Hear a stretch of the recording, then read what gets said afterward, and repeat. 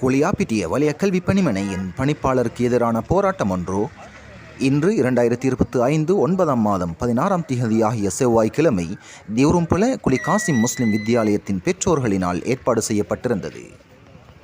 குறித்த இந்த போராட்டம் குளியாப்பிட்டிய வலய கல்வி பணிமனையின் பணிப்பாளரின் முறையற்ற ஆசிரிய இடமாற்றத்தை குறித்தே நடைபெற்றது என்பது குறிப்பிடத்தக்கது.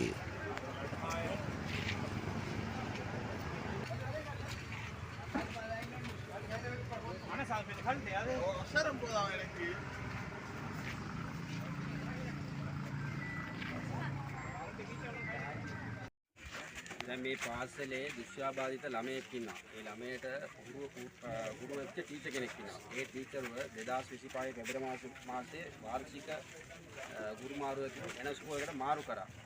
ඒ වෙලාවේ මේ පාසලේ ඉන්න දෙමව්පියන් ගිහිල්ලා ඒ කුලියපිට කලාපයේ අධ්‍යක්ෂතුමියට කිව්වා මේ ළමයා උරු වෙලා ඉන්නේ මේ ටීචර්ට.